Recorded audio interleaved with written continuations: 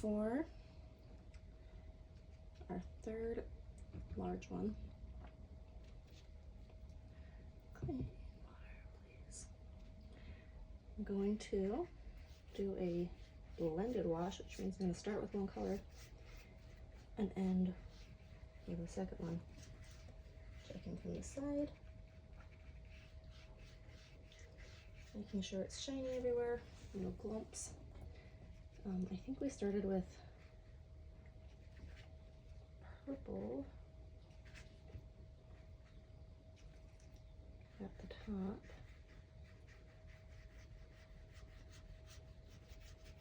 Blend it down into nothing. Grab magenta. See that beautiful? I love that.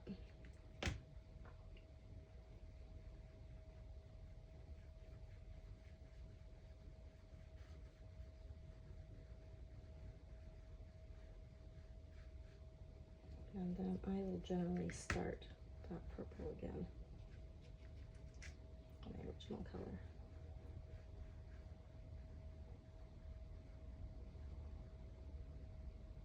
I'll work that down in. Okay, I'll let those dry, and we'll come right back around to them. Nice. Okay, so I just decided to just slide my fingers across my blended wash to see if it was dry. And as you can see, it wasn't dry. So I'm gonna see if I can get some water on my brush, make it a tiny bit thirsty, and see if I can't try to blend that in.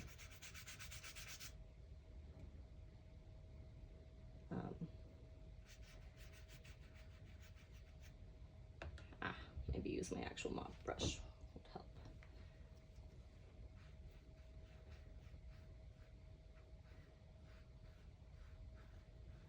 I don't know if it will actually save it, but at least I tried. I don't know what's happening on that edge. Sometimes watercolor is my bitch, and sometimes I'm watercolor's bitch. What can I say? All right, we are gonna try our blended wash again. I'm realizing this is only the second coat I've put on here, I think. Is it my third? Well, either way, because I messed it up with my fingers, I am going to, that was my clean water. All right, well, I guess I'm putting that water on it instead. Okay. I'm getting it just wet. Look at it from the side, make sure I can see, oh, I left a little triangle there.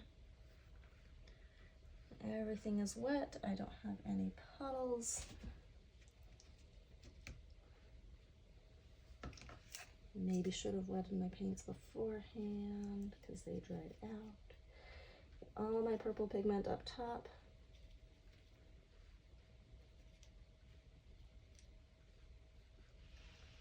And drag it down just like a graded wash. Come in with the second color. See that? That's actually what we were looking for over here. And I'm going to bring that up into here.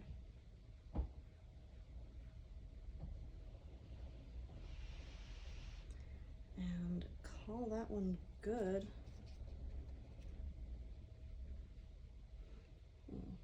Maybe I made a mistake by putting a little bit more purple at the top, because I still have pink on my brush. All right, anyway, that's,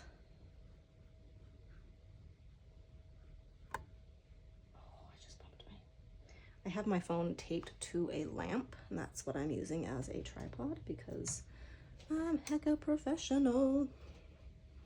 In any case, that is our blended wash. Okay, on my blended wash here, I'm gonna try something. I don't know how it's gonna turn out. We are literally just messing about and finding out. So what I think I want to do is I want to wet it's kind of that bottom bit there. Yeah. I'm going to come in with a straight purple. I don't have a lot of straight purple left, so I might come in with whatever mix I come up with here. And I'm going to, oh, this brush is way too big. That's all right. We're going to do some kind of funky looking trees here. And I'm letting them kind of touch that water line.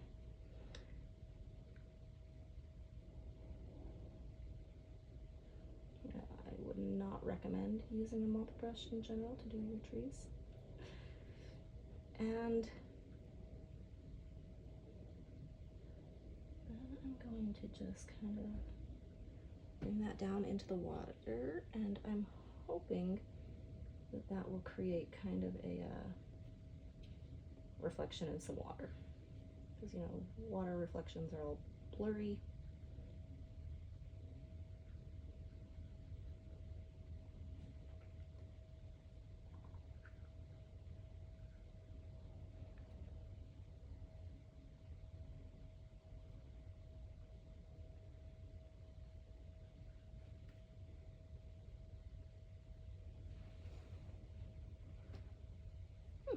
You know,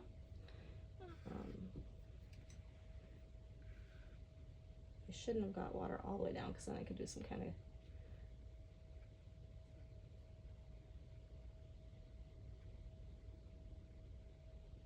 grass over here.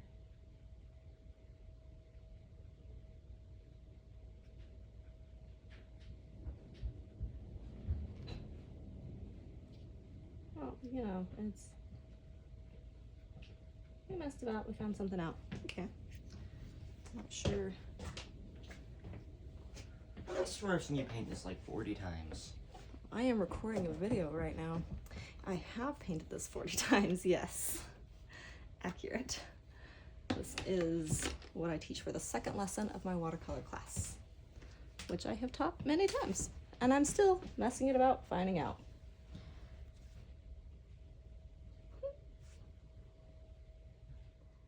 All right, so I'm going to just kind of add some fun finishing details on my blended wash, see if I can make this into something worth looking at. So I'm going to be working with kind of wet on dry here. I'm not going to get my paper wet. I'm just going to add some details. Like I'm going to add this line here to just kind of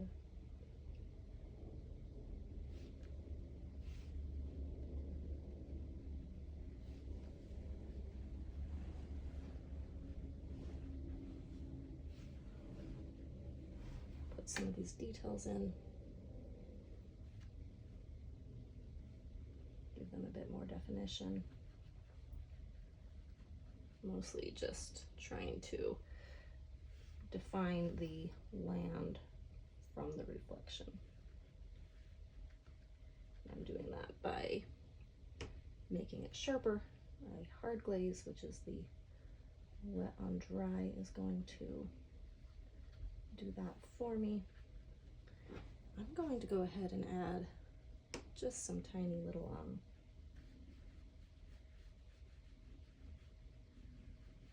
kind of reflection water lines in here. I'm gonna redo some of those.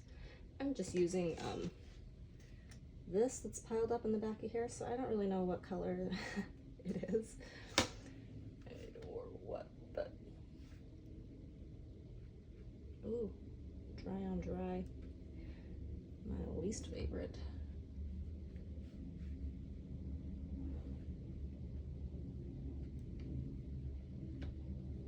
I'm just gonna add more grass in here in the foreground. Good landscape composition generally includes here, near, and far. At least that's what I call it to my elementary school kids. You guys probably know it as foreground, midground, and background. So we've got our here, and we've got our near and our far. We might even go ahead and do like yeah,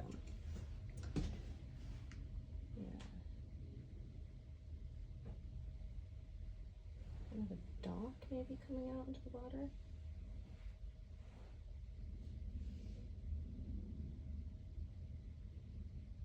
So you can definitely speed this up.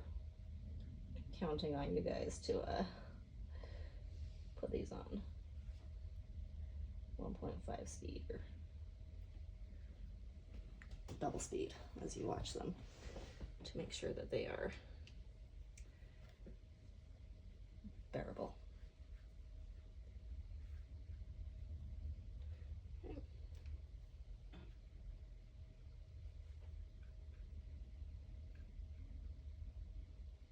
And just for fun, I'm going to put a little bit of grass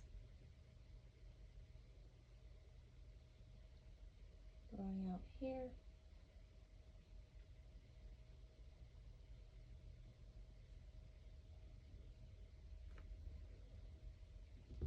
Or maybe even just a little bit of a, ooh, don't want it quite that wet.